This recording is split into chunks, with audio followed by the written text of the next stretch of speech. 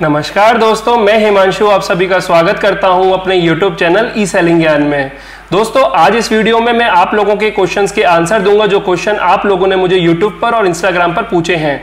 तो बिना देरी करे वीडियो को शुरू करते हैं। तो पहला क्वेश्चन जो ट्विंकल वाशने जी ने पूछा है, सर अमेजन और फ्लिपकार्ट पर कमीशन फिक्स्ड फीस पर शिपिंग पर जो जीएसटी लगता है वो तो हमें रिफंड मिल जाता है ना, या चार्ज होता है? सो ट्विंकल जी और मेरे बाकी ऑनलाइन सेलर फ्रेंड्स, जी हाँ, आपको रिफंड तो मिल जाता है, लेकिन रिफंड मिलने का मतलब ये नहीं है कि आपको अमेजन और फ्लिपकार्ट वाले रिफंड देते हैं, बल्कि जो टैक्स उनकी कमीशन इनवॉइस पर लगता है वो रिफंड आपको जीएसटी पोर्टल के थ्रू मिलता है। मतलब जीएसटी पे जब आप फाइलिंग करते हैं तो आप इनपुट टैक्स क्रेडिट को क्लेम करते हैं, उसी के फॉर्मेट में ये रिफंड भी आपको मिलता है और आपकी जो सेल होती है उस पर जो जीएसटी लगता है उससे ये सेट ऑफ हो जाता है। नेक्स्ट क्वेश्चन जो जायद खान जी ने पूछा है, सर एक सेलर कितने प्रोडक्ट सेल कर सकता है? फॉर एग्जांपल के लिए एक सेलर फोन के साथ वॉशिंग मशीन भी सेल कर सकता है क्या? सो जायद जी और मेरे बाकी ऑनलाइन सेलर फ्रेंड्स, बिल्कुल एक सेलर कोई भी प्रोडक्ट और कितने भी प्रोडक्ट सेल कर सकता है, कोई भी रिस्ट्रिक्शन नहीं है नंबर ऑफ प्रोडक्ट पर, और ऐसा भी नहीं है कि आप एक ही कैटेगरी के प्रोडक्ट ऑनलाइन सेल कर सकते हैं। एक सेलर मल्टीपल कैटेगरीज में के प्रोडक्ट भी सेल कर सकता है। नेक्स्ट क्वेश्चन जो अजय कुमार जी ने इंस्टाग्राम पर पूछा है, hello sir, I like your videos, I am a new Flipkart seller. मैं आपके यूट्यूब पर वीडियोज देखता हूँ, वो काफी अच्छे हैं, उनमें से काफी कुछ सीखा है, थैंक्स। मेरे को अभी 5 दिन से एफएसश्योर टैग मिला है, उसके बाद से कुछ प्रोडक्ट पर मुझे शिपिंग चार्ज नहीं मिल रहा है, जबकि वो 500 से कम के हैं, पर कुछ प्रोडक्ट पर शिपिंग चार्ज मिलता है। ऐसा क्यों हो रहा है? इससे मेरे को प्रॉफिट नहीं हो रहा है, क्या करूं बता दीजिए प्लीज, थैंक्स। सो अजय जी और मेरे बाकी ऑनलाइन सेलर फ्रेंड्स, अगर आप फ्लिपकार्ट पर ऑनलाइन सेलिंग करते हैं और आपको एफएसश्योर टैग मिल चुका है तो आपको एक चीज पता होनी चाहिए एफएसश्योर के बारे में कि फ्लिपकार्ट की एक पॉलिसी है कि फ्लिपकार्ट पर फ्लिपकार्ट प्लस कस्टमर भी होते हैं और फ्लिपकार्ट नॉन प्लस कस्टमर भी होते हैं।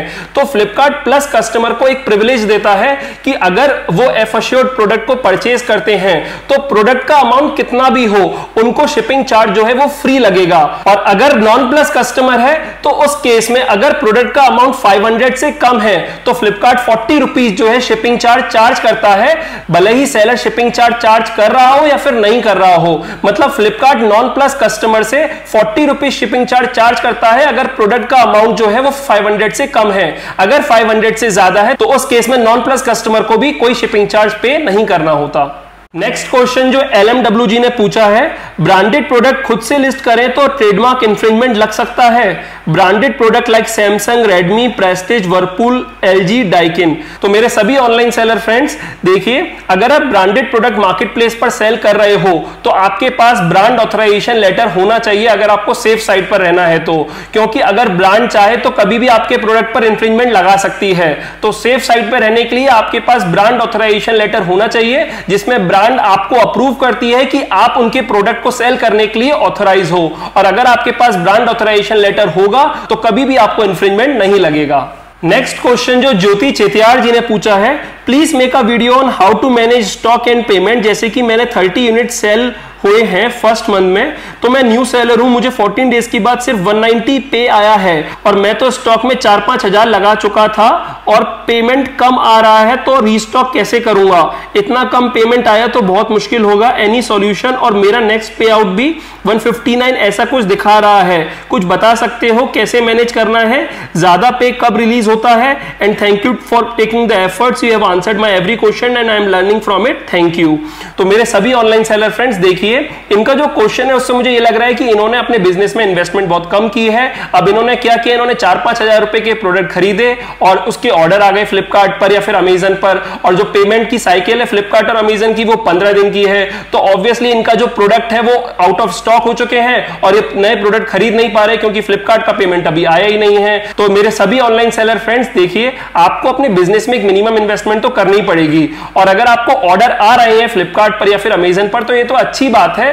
तो ये तो एक आपको संकेत मिल रहा है कि आपको आगे भी ऑर्डर आएंगे, तो आप और प्रोडक्ट को परचेज कीजिए अभी शुरुआत में। और 15 डेज का साइकिल होती है और 15 डेज बाद आपको फ्लिपकार्ट और अमेजन से पेमेंट आता है, वो आपको जल्दी नहीं आ सकता अगर आप दूसरे टियर में मूव नहीं करोगे। मतलब अगर आप फ्लिपकार्ट में ब्रोंज सेलर हो तो जब तक आप सिल्वर टियर में मूव नहीं करोगे तब तक आपको पेमेंट जल्दी नहीं आएगा। सिल्वर टियर में मूव करने के बाद आपको 10 दिन में पेमेंट आ जाता है।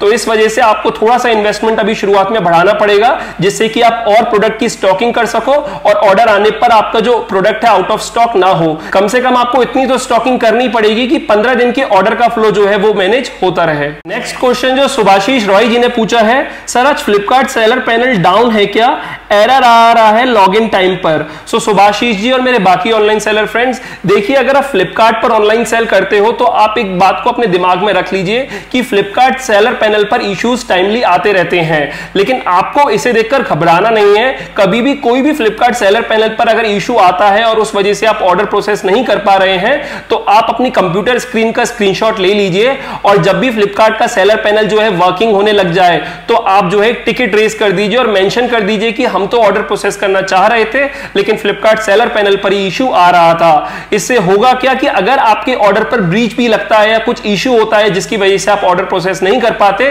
तो फ्लिपकार्ट जो है आपकी परफॉर्मेंस मैट्रिक्स पर इंपैक्ट नहीं होने देगा और अगर होती भी है तो वो रिवर्ट कर देगा साथ के साथ ही।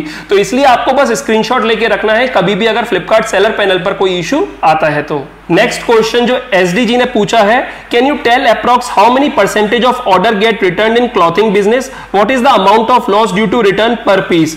सो मेरे सभी ऑनलाइन सेलर फ्रेंड्स, देखिए कोई पर्टिकुलर फिक्स रिटर्न तो डिसाइड नहीं है कि इतने परसेंट ही रिटर्न आएंगे क्लॉथिंग बिजनेस में, लेकिन नॉर्मली जब आप ऑनलाइन सेलिंग का बिजनेस कर रहे हो तो ये मान लीजिए मिनिमम 5-10% रिटर्न होने ही होने हैं और मैक्सिमम 25-30% तक रिटर्न जा सकते हैं। अगर 30% या उससे ज्यादा रिटर्न आ रहे हैं तो कहीं ना कहीं आपके एंड पे इशू है और 15-20% आ रहे हैं तो बिल्कुल एवरेज है, नॉर्मल है, सभी सेलर्स के साथ आते हैं। तो आप कंसीडर करके चलिए कि 20% रिटर्न आएंगे जब आप क्लॉथिंग का बिजनेस स्टार्ट कर रहे हैं। तो अब उनका नेक्स्ट क्वेश्चन है कि what is the amount of loss due to return per piece. तो देखिए ये एक मतलब एक एवरेज में आपको बता देता हूं कि अगर आपको 20 रिटर्न आ रहे होंगे तो 20 रिटर्न का भी 20%, कहने का मतलब 4 रिटर्न आपको डैमेज मिल सकते हैं। ये सब जस्ट मैं आपको एक अप्रॉक्स फिगर बता रहा हूं अपने एक्सपीरियंस से।